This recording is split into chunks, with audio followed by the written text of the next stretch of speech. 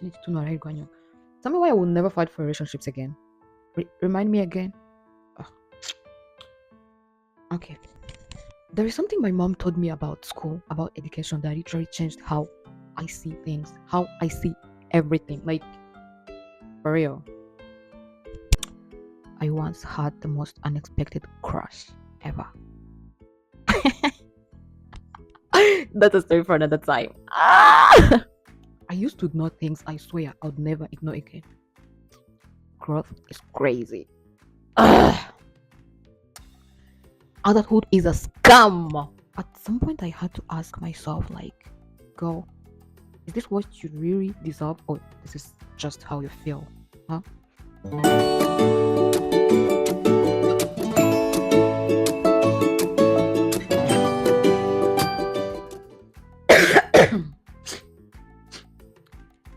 Hello, my beautiful people. Please, you're very much welcome back to my YouTube channel, and please forgive my call. Okay, I can't.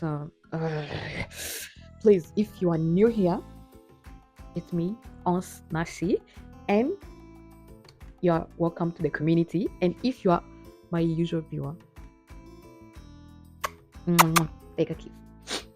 So, okay. On today's episode, we are going to talk about hot seat questions. Why am I acting like this? Damn. Hot seat questions. Okay, so guys, I have this friend. He helped me like tailor these questions. I came up with 5, and he also came up with 5. So these are the questions, and I'll be answering one like randomly, one by one. We'll be choosing from this small box over here. And I think I'm tripping. Yeah, I think I'm tripping. Okay, so let's choose the first question.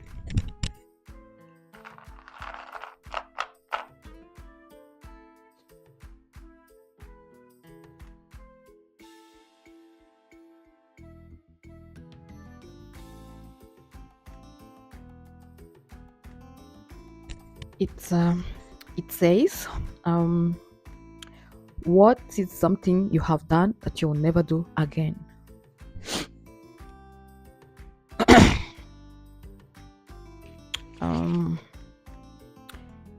Something that I have done but I will never do again. This is a hard one. Okay, so generally I don't have like that much experience when it comes to life, like no more real life. I don't have that much experience because like almost all of my life I have always been indoors. Like I have never been like an adventurer or something. So I have been studying since I just finished, and I think that's everything I have actually done in my whole life. But sorry, while I was studying, I had some side quests, So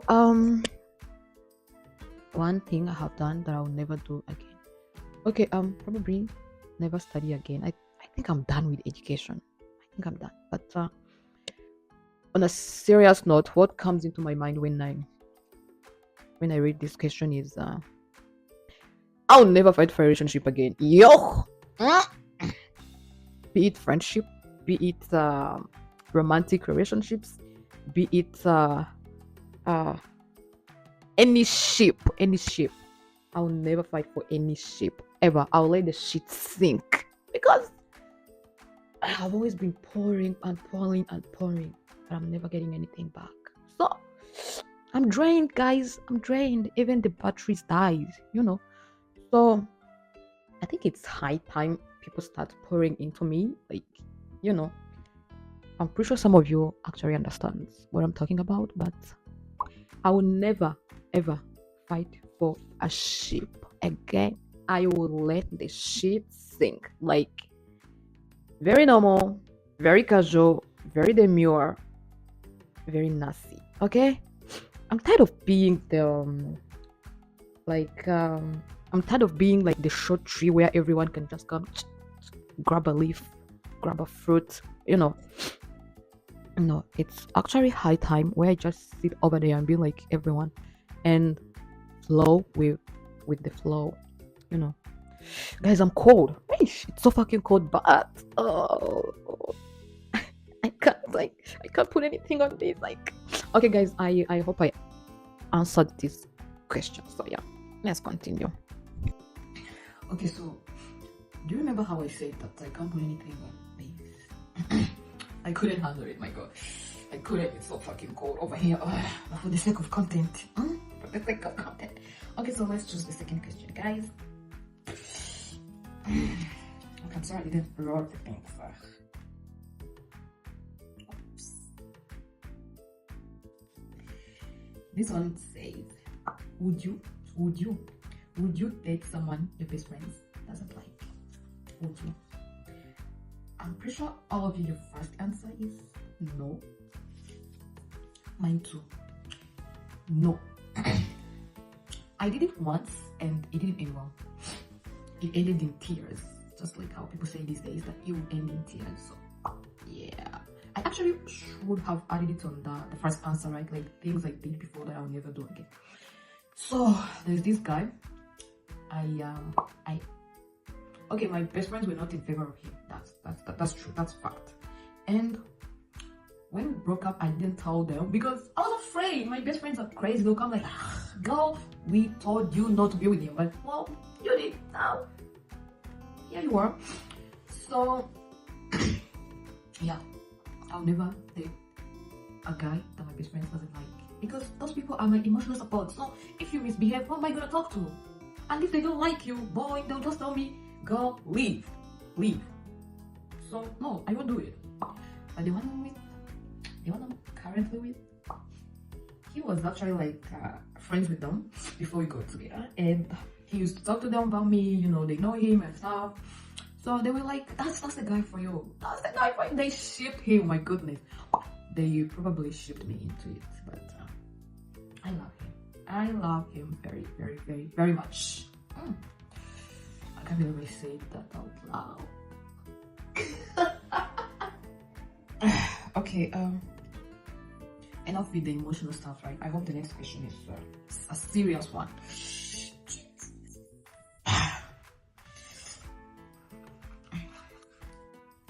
Please be not be in love. Of course it is. Of course it is.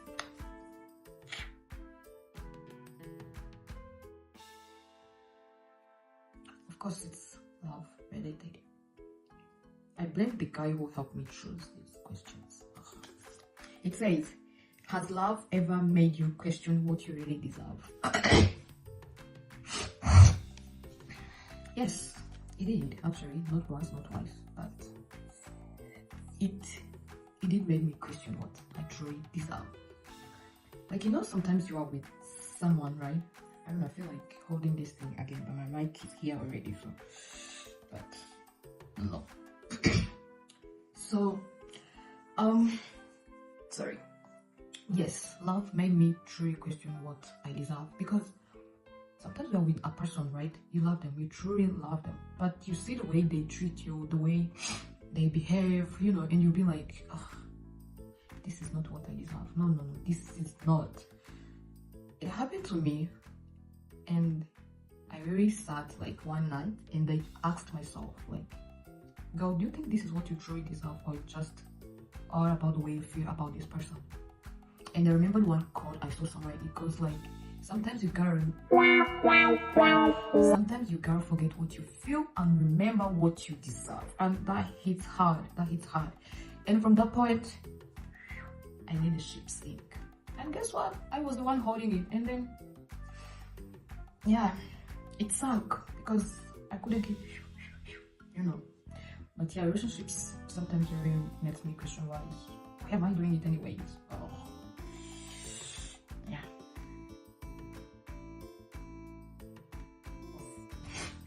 I swear to God, if another question is about love, no, we'll stop.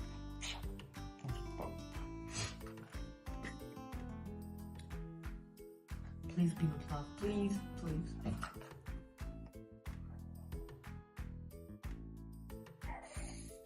Oh my goodness. What did I do? I'm basically spilling all my relationship secrets. Sorry about that. I can tell this. So this one said, what did you give up out of love for your partner? Have you ever sat down and think, what have I actually done for my person? And you can't find anything really. But it doesn't mean that you haven't done anything, but in the moment you can't just think of anything. So now this question says, have I ever sacrificed something out of love for my partner? And I choose to believe that I have actually done a lot for my person. So yes, I think I did sacrifice something out of love for my partner. So there's this time, me and my boyfriend were going through something, right? And I chose to put my own on hold. I chose to put my own needs, my own issues on hold so that we can deal with his first. So I would say that whatever we're going through, both of us, it's something that needed spiritual intervention. Yeah, if you get what I'm trying to say. So I choose to believe that I sacrificed my prayers for him, because I remember I used to play God, please. Let his comes first. Let him get this. Let him do this and this and this. It's okay. You can put mine on hold. If you were planning to, to bless me before him, please put that on hold. Do it for him first, because I believe he needs this more than I need it. So God, please answer his prayers first before mine. And you see when you go to the bank, right? You're on the line, you're on the queue, and there's someone behind you, and they'll be like, "Can I please cut the line? I'm in hurry," and stuff like that. I'll be like, yeah, it's fine. You see, that's a sacrifice for that person. You are sacrificing your time. You have been there for too long. You stood there for too long, but you're just sacrificing all of that for that person. So I think that's what I did, because I have been told that when it comes to God, because he has his own timings and everything, I have been told that we are all on the line and everyone have their own right time. So what I was doing basically was that I was just telling God, please, if I'm first in line before him, he can take my place and I'll gladly wait. So that's what I think I sacrificed for him out of love. Of course, you can't do that for someone you don't like, right? And you know what happened afterwards? You see, when let me use this example. When you ask someone for money, right? Then they text you, okay, come tomorrow and take it. Then tomorrow you text them and tell them, guy, you know what? I don't think I need it anymore. Maybe I'll take it next month. The next month, now you need it. You go to the person and tell him, okay, so can I get that money? The person will be like, you are mad. You are sick. That day, I gave it to someone who really needed it more than you need it. So you now have to wait again for the right time until I get money again. So I think that's what happened, because I kept praying for that person. I kept praying, God, please let him have his own for me. You can put mine on hold. I didn't even wait for God to put it on hold. I actually did. I put mine on hold. I stopped thinking about my own needs, about my own issues, about my own problems. The only thing that was in my mind was his own needs, his own issues. I was always thinking about how to help him, how to go through it and everything. So I ended up forgetting about all of my issues. And the moment I remembered about it, I think God was like, sit down and wait. Sit down and wait. Okay, now I'm waiting. I don't know when is the right time, but I believe God have good plans for all of us. So yeah, I think that's a good sacrifice, right? Because I wish to believe that the best love language for me is to put me in your prayers. Imagine someone mentioning you in their prayers. God, please help them, do this for them, build them, protect them, guide them, and everything. That's actually the best love language for me. So that's why I believe that I truly sacrificed something out of love for my partner. Yeah. That was too much. Hey. Let's go. Let's continue. That was a long one, guys. I'm very sorry, but we are almost done. I promise. And this is what maybe it'll be 20 or 30 minutes, but it's worth it. Let's go. Okay.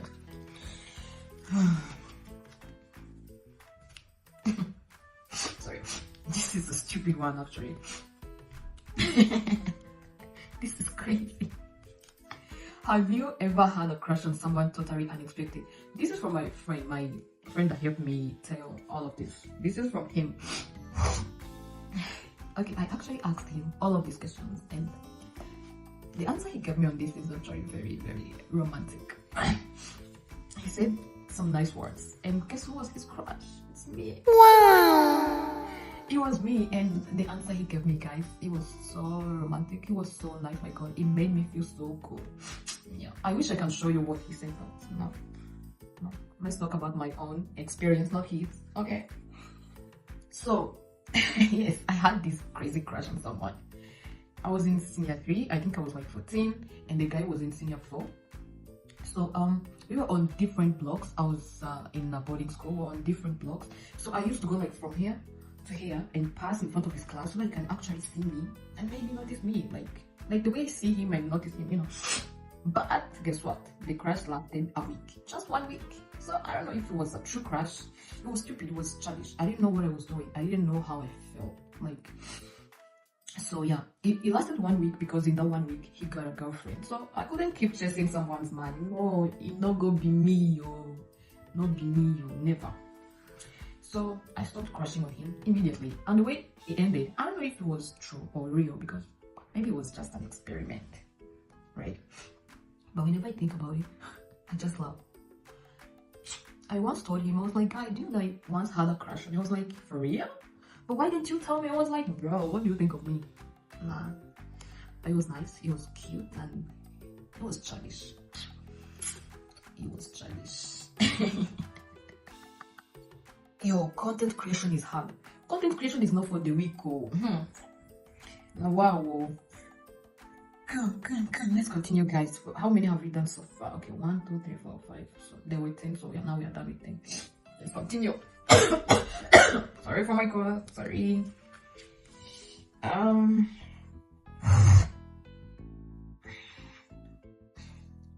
Why did I add this one?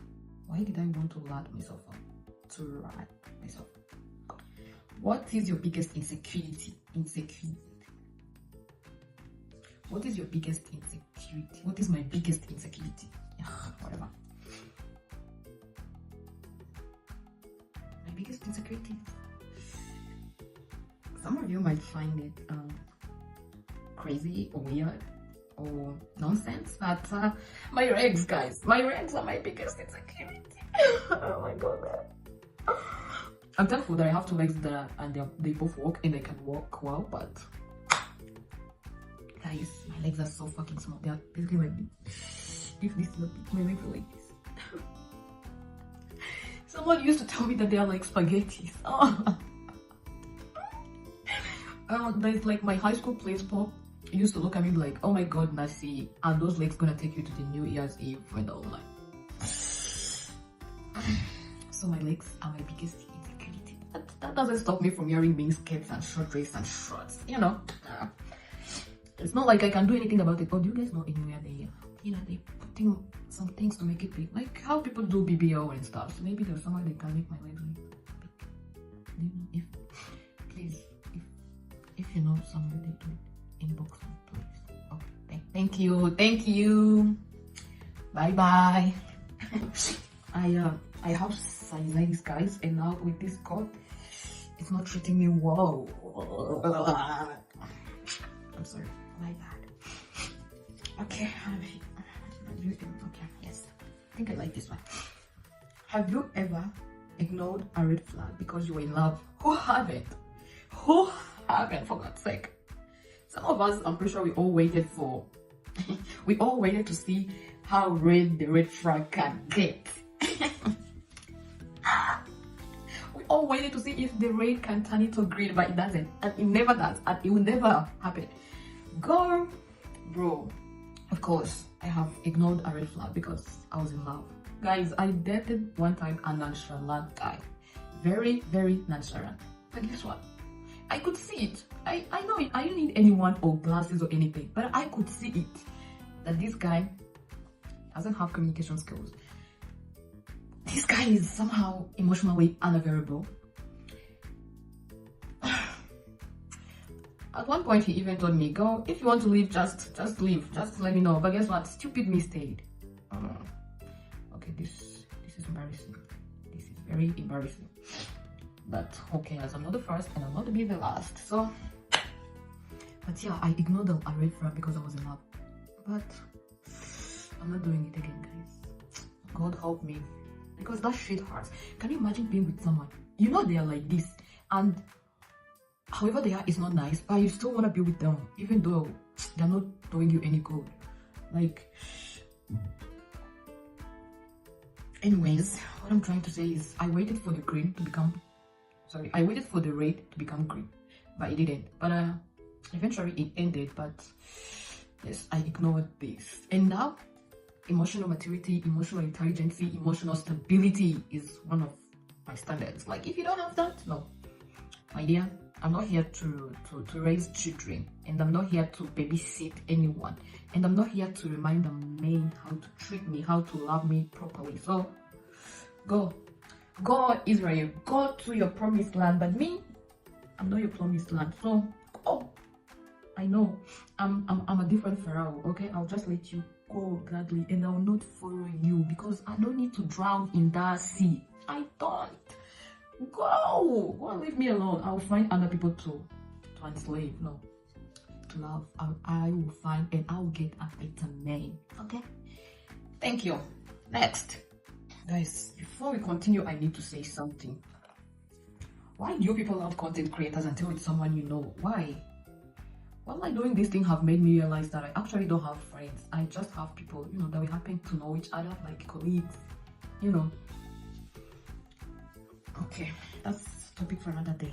Let's continue just many with it.